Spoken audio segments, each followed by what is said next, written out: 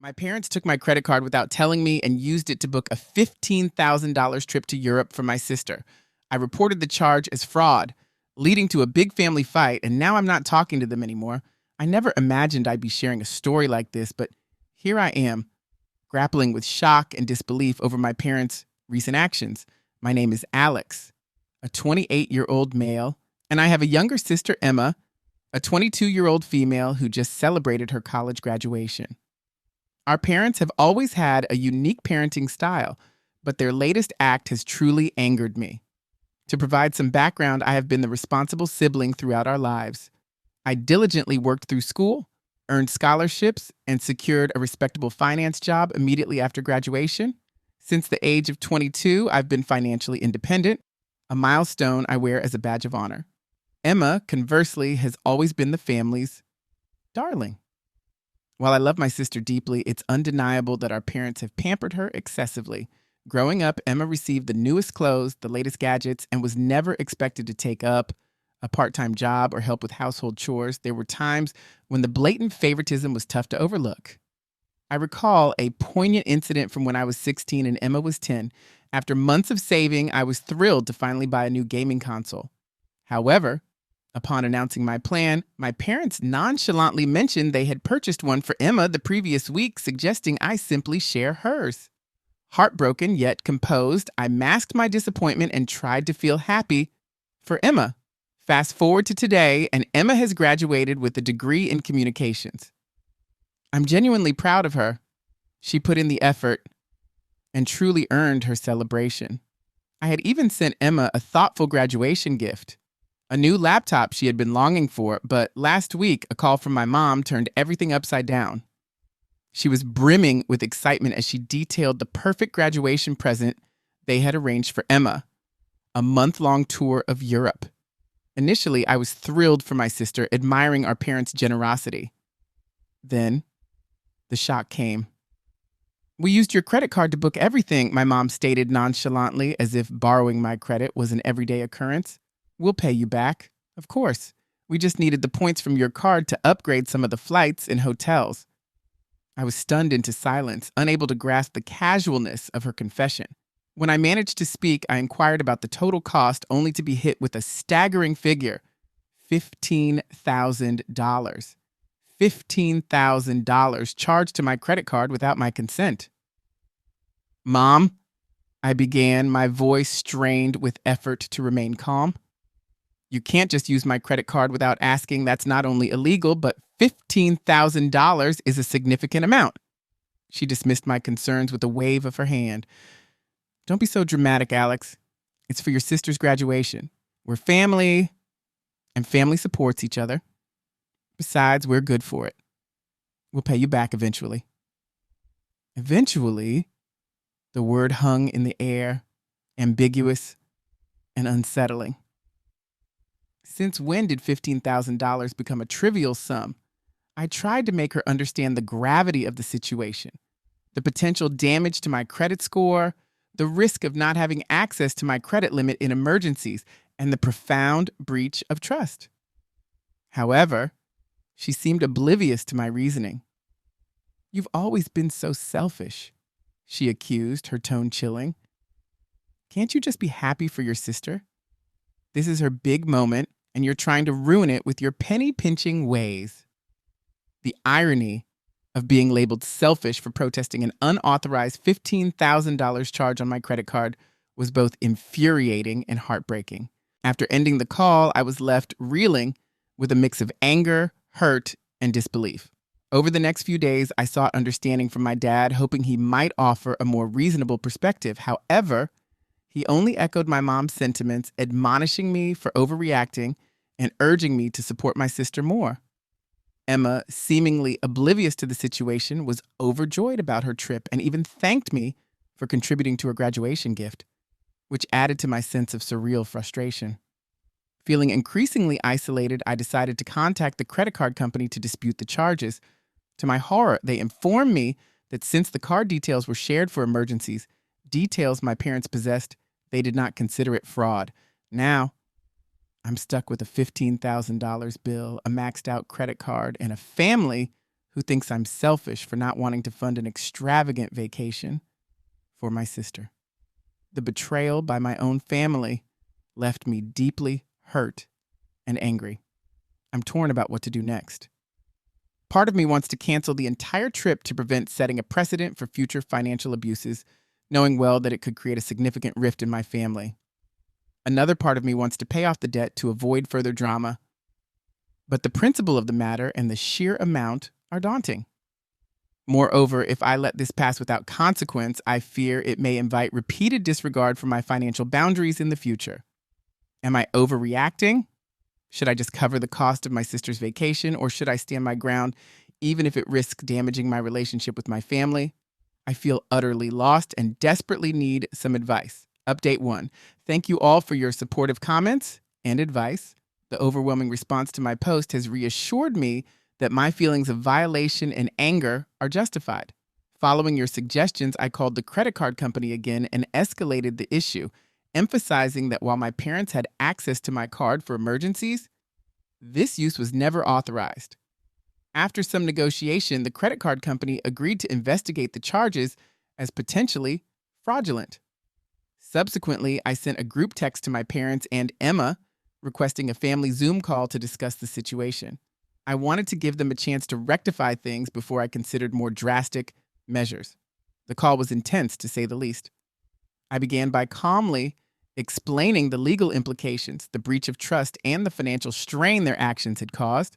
I informed them that I had reported the charges as fraudulent and demanded they cancel the trip immediately. My parents' reaction was disappointing. They were indignant, accusing me of being dramatic and attempting to ruin Emma's graduation celebration. My mother retorted, "We raised you, clothed you, and put a roof over your head. The least you could do is help give your sister the trip of a lifetime." I took a deep breath and replied, "You chose to have children. Providing for us was your responsibility as parents, not a license to commit credit card fraud in my name." Emma, who had been silent until then, suddenly burst into tears. "I can't believe you're trying to ruin my graduation gift," she sobbed. "You've always been jealous of me. Why can't you just be happy for me for once?" Her words stung, but they also reinforced my resolve. I realized this pattern of entitlement and favoritism was deep-rooted, and it was time to establish some firm boundaries. "Emma," I said, maintaining a gentle but firm tone, "I am happy for you and proud of your graduation, but this trip was booked illegally using my money without my permission. It's not a gift from me, and it's not okay." Finally, my dad, who had been notably quiet, spoke up. "Son, we didn't think it was such a big deal. We've always had access to your card for emergencies," my dad tried to justify. "We just thought, as family, it would be okay just this once." I was astounded by his reasoning. "Dad, $15,000 is not a trivial amount, and this was certainly not an emergency. You can't just decide to spend my money without my permission." The call ended tumultuously, with my parents irate, Emma in tears, and myself feeling exhausted yet determined. They stubbornly refused to cancel the trip, insisting I was overreacting and promising to repay me soon. After the call, I sought legal advice. A lawyer friend confirmed that my parents' actions were indeed illegal and that I could pursue legal action. Feeling a mix of trepidation and anger, I also filed a police report regarding the unauthorized use of my credit card. The officer was empathetic, recording all the details and cautioning that pressing charges could deeply fracture my family relations, yet affirming my right to pursue them. Now, I find myself in a painful dilemma. On one hand, I cherish my family, and the thought of taking legal action against them is distressing. On the other, their disregard for my autonomy is alarming, and I fear that without a firm stance, such incidents might recur. For the moment, I've decided to await the outcome of the credit card company's investigation. To safeguard against further misuse, I've frozen my credit.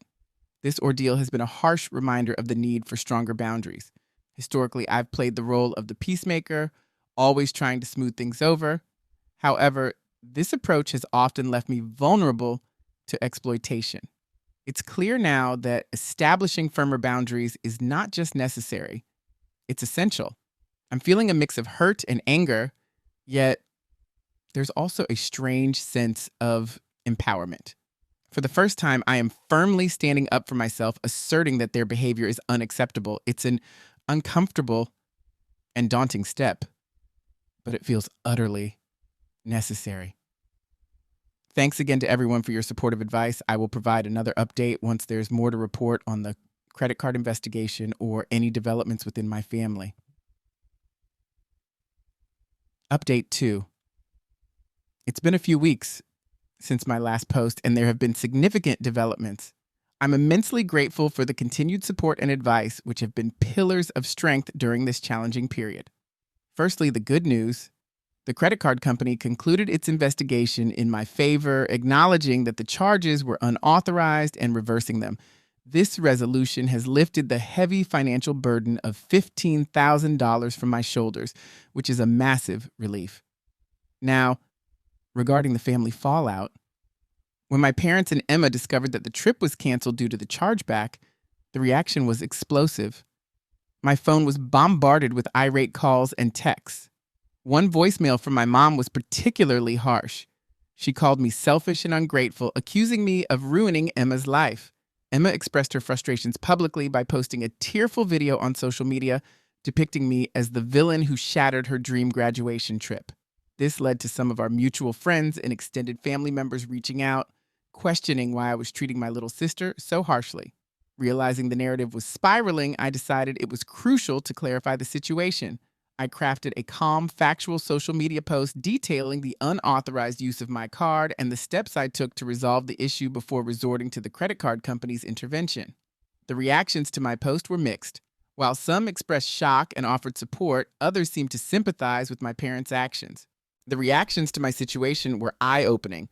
Some argued that I should have just taken one for the team and allowed Emma to enjoy her trip, revealing a surprising tolerance for fraud among some, provided it benefited family.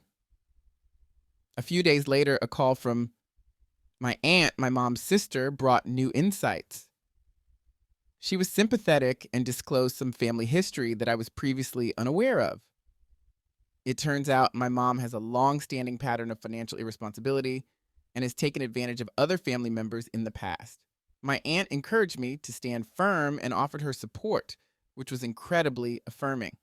This conversation underscored that the recent incident wasn't isolated, but part of a broader pattern of behavior that had been overlooked and excused for years.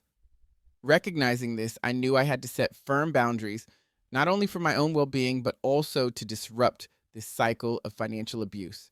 I made the difficult decision to go no contact with my parents for the foreseeable future, explaining that I needed time to heal and could not trust them at this moment. I communicated the same to Emma, expressing my love and pride for her achievements, but also my need for space. Predictably, their reactions were not positive. My parents accused me of tearing the family apart, and Emma tearfully claimed I was punishing her for others' mistakes. Despite the emotional challenge, I remained resolute in my decision. Amidst this family upheaval, I've taken proactive steps to safeguard myself against future financial exploitation. I've changed all my passwords, closed the compromised credit card, and opened a new account with a different bank. Additionally, I've begun therapy to navigate my feelings and establish healthier boundaries.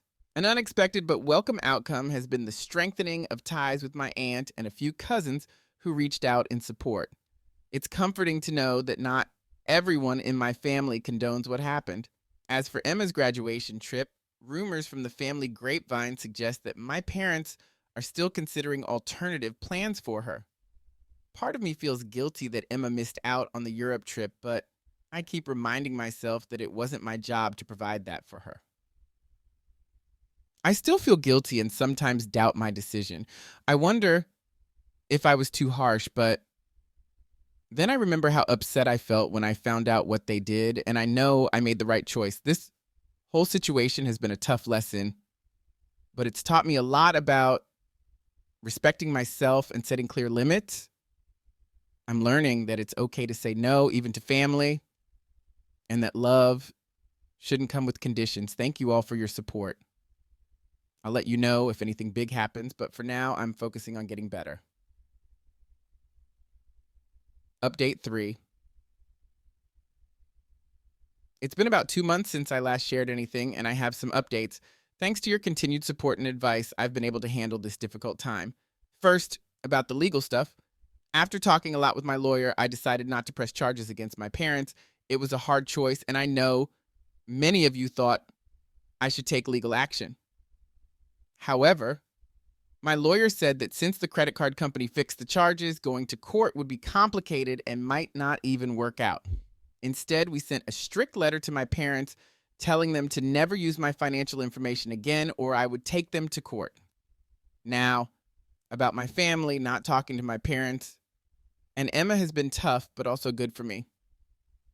It's given me time to think about our relationships and work on myself. Going to therapy has really helped me deal with my feelings and learn to set better boundaries.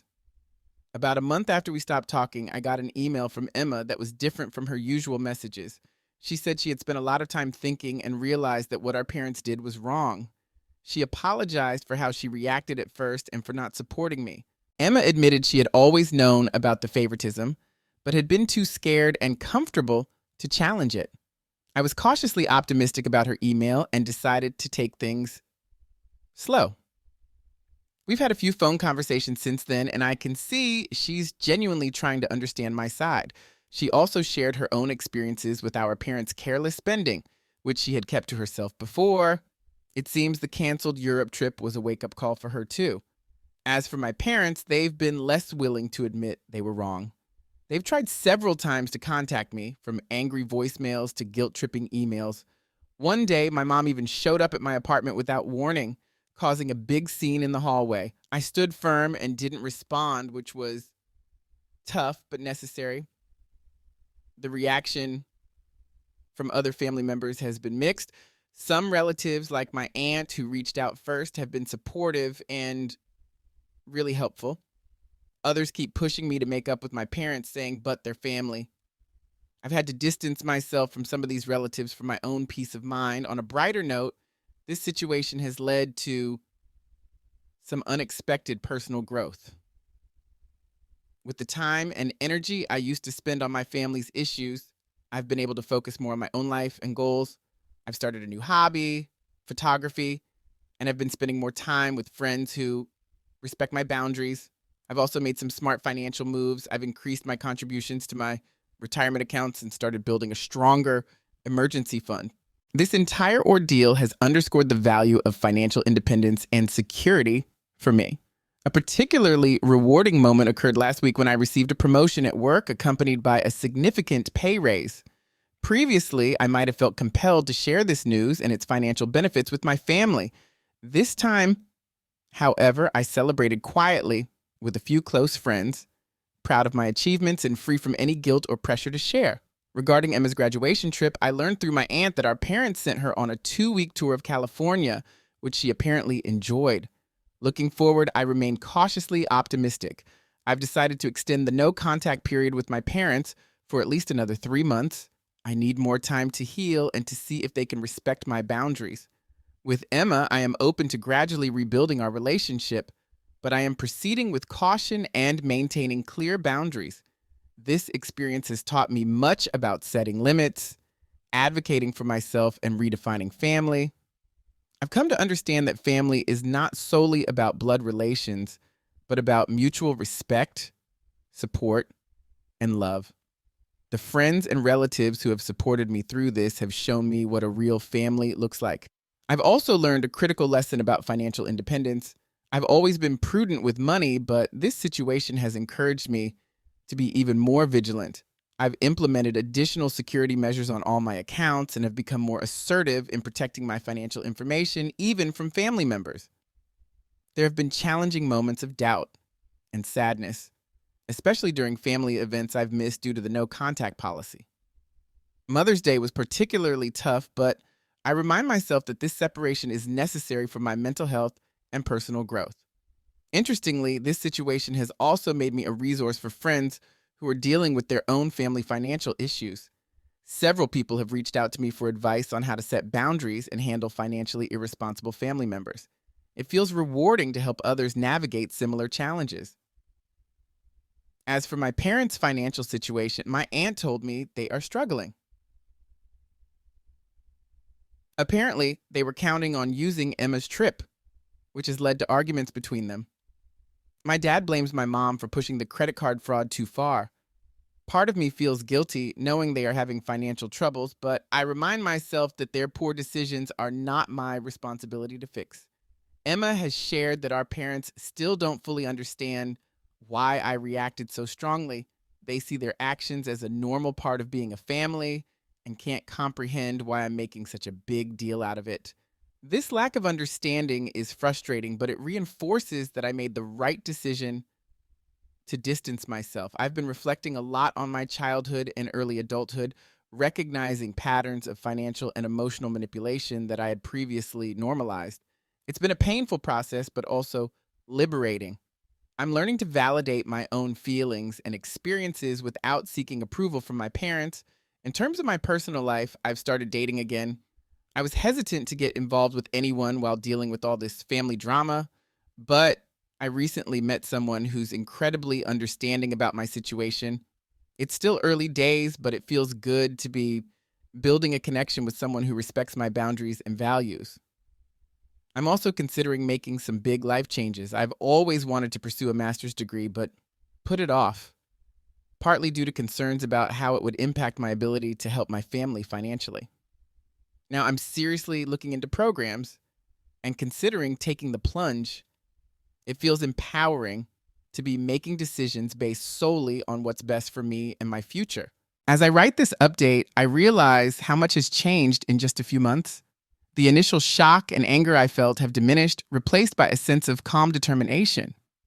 I'm no longer merely reacting to the chaos caused by my family's actions. Instead, I am actively shaping my own future.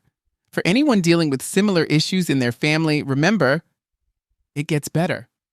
Setting boundaries is challenging and you might face backlash, but it's crucial to remain strong. You have every right to protect your financial well-being, your mental health, and your personal peace. Thank you once again to everyone for your support throughout this ordeal. Your advice and encouragement have been indispensable. While I'm unsure about the future of my relationships with my parents and sister, I am certain that I will be fine. I feel stronger now, more confident in myself, and prepared for whatever lies ahead. I'll provide another update if there are any significant changes, but for now, I'm focused on moving forward and building the life I want, surrounded by those who respect and support me. Cheers to new beginnings and the wisdom that comes from hard experiences. Update 4.